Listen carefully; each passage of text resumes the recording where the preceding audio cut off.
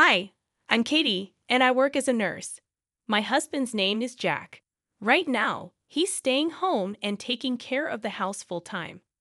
Not long ago, Jack was working at a company, but he decided to quit because he didn't get along with his new boss who was transferred to his department. When Jack told me he quit, I was upset that he made such a big decision without discussing it with me first.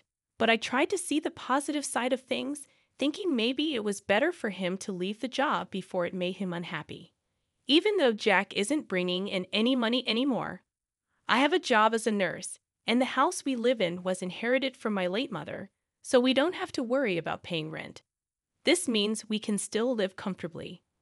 At first, I was worried and stressed about Jack not working, but he was doing a great job taking care of the house. So I started to get used to it and even enjoy having him at home. Then one day, when I came back from work, I found my sister-in-law Brittany visiting. Jack hadn't told me she was coming over, which annoyed me a bit, but I noticed that Jack seemed happier than usual. I didn't want to make a big deal out of it, but I asked Jack to let me know in advance next time. He agreed and asked Brittany to leave, but she wanted to stay the night.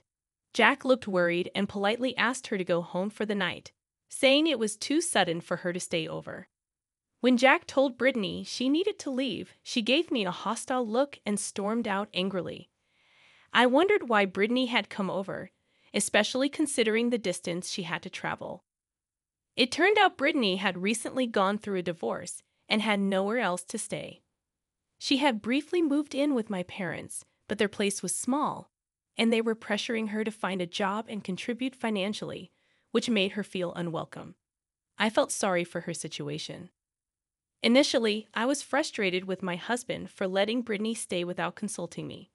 But then Jack explained that he'd been feeling down because he couldn't find a job, and he just wanted someone to listen to him for a change. Despite my annoyance, I understood his need for support. Although I was annoyed with Jack's actions, I realized he needed someone to talk to. So I reluctantly agreed that it was better for Brittany to stay than for her to be alone in her situation. However, I made it clear to Jack that he needed to inform me before inviting guests over in the future. I briefly wondered if I was spoiling Jack too much by letting him get away with things like this, but I decided not to dwell on it. I made sure to confirm with Jack that he understood the need for communication next time and didn't bring it up again that day. 2 days later, while I was at work, Jack texted me, asking if it was okay for Brittany to come over again. He mentioned that I would be working until 9 p.m. and assured me that he would make sure she left before then.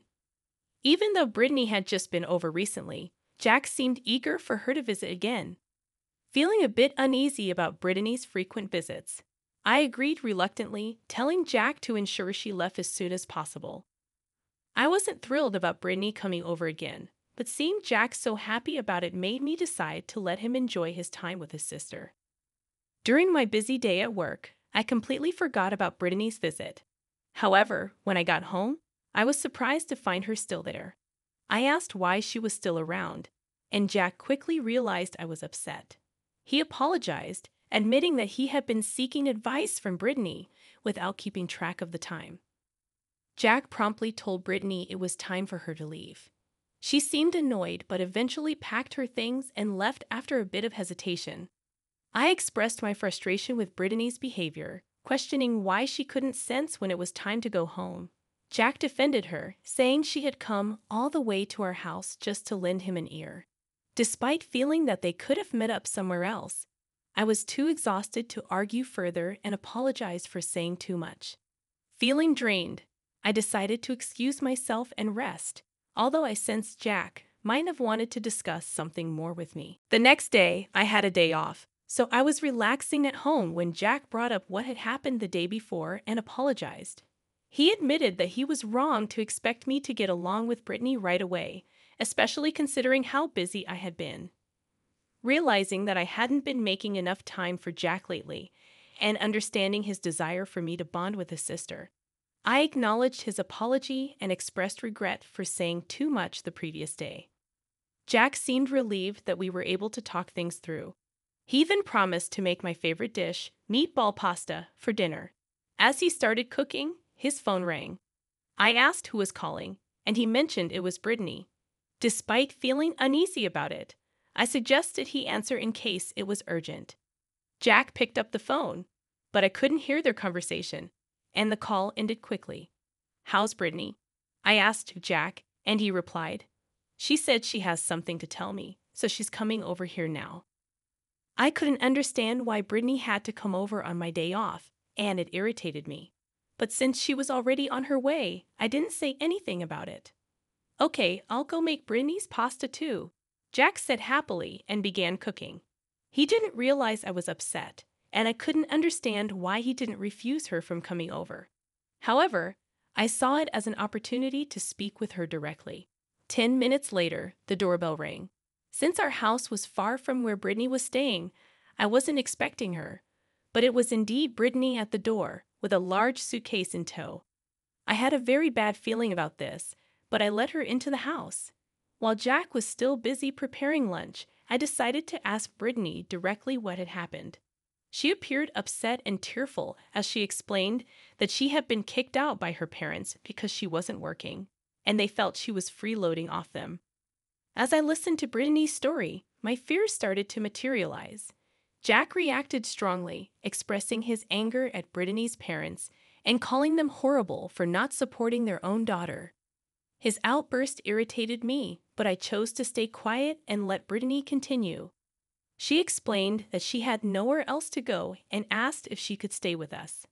Feeling uncomfortable with the idea of Brittany living with us, I attempted to refuse, but Jack quickly interjected, saying there was no other option and that we had a spare room she could use.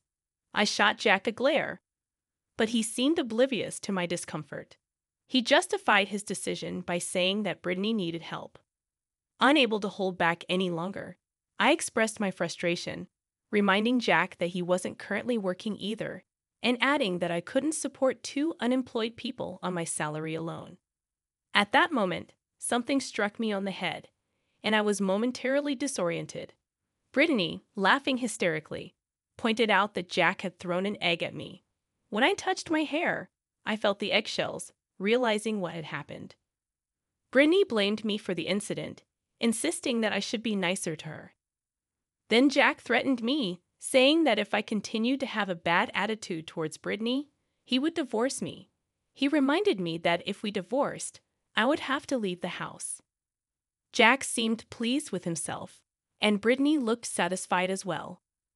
Since I remained silent, they assumed I had been convinced by their ultimatum. They asked if I was ready to apologize and suggested I take a shower before we discussed living together as 3. While Jack happily finished preparing lunch, Brittany relaxed on the couch, watching TV and snickering at me. Despite wanting to speak my mind, I decided to take action instead. I grabbed Brittany's luggage and threw it off the balcony. Both Jack and Brittany were shocked by my sudden action, demanding to know what I was doing and accusing me of being out of my mind. Jack panicked and told me to retrieve the thrown items, but I refused, asserting that it was my house, and I wouldn't tolerate their behavior any longer. Jack retorted, asserting that as husband and wife, the house belonged to both of us, and he had every right to allow his sister to stay there. I scoffed at his claim, finding it amusing, which only seemed to agitate him further. He insisted that he was the true owner of the house because it had been inherited from his mother, implying that I had no rights to it. Both Jack and Brittany appeared surprised by this revelation, but they quickly dismissed it, arguing that even if Jack owned the house, we were still married, so it didn't matter. Ignoring their mumbling, I reiterated that the house was mine regardless of ownership and questioned why they were so insistent on Brittany staying with us. I suggested that if they wanted to live together so badly, they should find their own place to rent.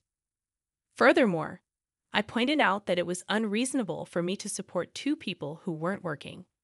While I had initially understood Jack's decision to quit his job, I now noticed that he wasn't even contributing to household chores anymore. Feeling frustrated and overwhelmed, I decided to be honest with Jack about my feelings. When I told him that I would rather live alone, he reacted defensively, expressing disappointment and criticizing my inability to take care of our family. He even went as far as to present me with divorce papers. As Jack handed me the divorce papers, I couldn't help but notice Brittany's smug expression, realizing she had likely influenced this decision. It became clear that she had orchestrated the situation to her advantage. Without much choice, I was left alone to contemplate my next move. Jack and Brittany left, giving me time to think, with Jack implying that I should apologize if I wanted to salvage our relationship. Feeling pressured and unsure of what else to do, I hastily showered, filled out my part of the divorce papers, and submitted them, resigning myself to the reality of our situation. It seems like my husband showed me the divorce papers to scare and threaten me, even though it was Brittany's idea. He went along with it, and I realized I didn't want a husband who would do such a thing to his own wife. A few days later, Jack called, asking if I was ready to apologize. I was furious with him for talking down to me, so I responded by asking why he wasn't the one calling me sooner.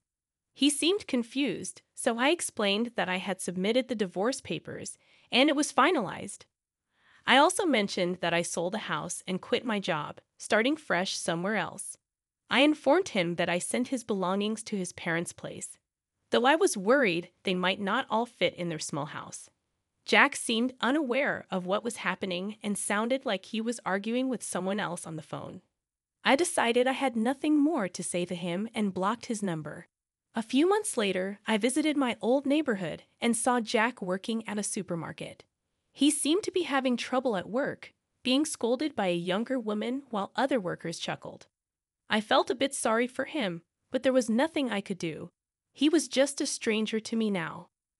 Perhaps if Jack had handled his relationship with his sister differently, this situation might have been avoided. But regardless, I'm glad I divorced him because I'm enjoying my life as a single person now.